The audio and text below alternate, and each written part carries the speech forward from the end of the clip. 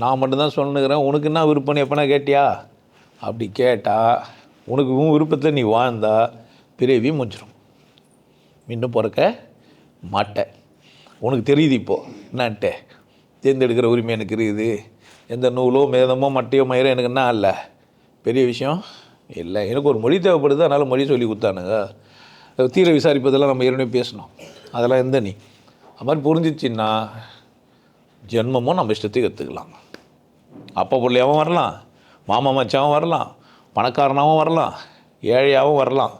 நினச்சா வேற்று கிரகத்தில் போய் பிறக்கலாம். நிறைய கேலக்ஸி இருக்குது. நான் இன்னொரு ஆளை கூடலாம் புணரக்கூடாது, என்கிட்டருந்தே வெளியே வரணும் அப்படின்னு நீ நினச்சேன்னா அதுக்கான வாய்ப்பு இருக்குது.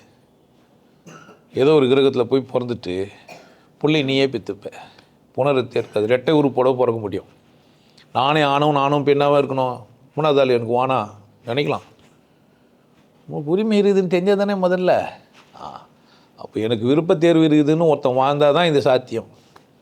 நீங்கள்லாம் வந்தீங்கன்னா விருப்பத்தோடு வந்தால் தான் நீங்கள் சரி, வேறு வழி இல்லை. வாரம் வர சொன்னான்னு வந்தீங்கன்னா கூட தப்பு.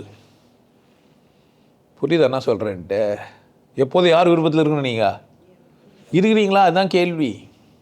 அப்படி இருந்தால் பாப விமோச்சனம், வைகுண்டம். நீங்கள் வைகுண்டத்தில் இருக்கிறீங்க, சொர்க்கத்தில் இருக்கிறீங்க, பிரிவு இல்லாத ஒரு இடத்துல இருக்கிறீங்க.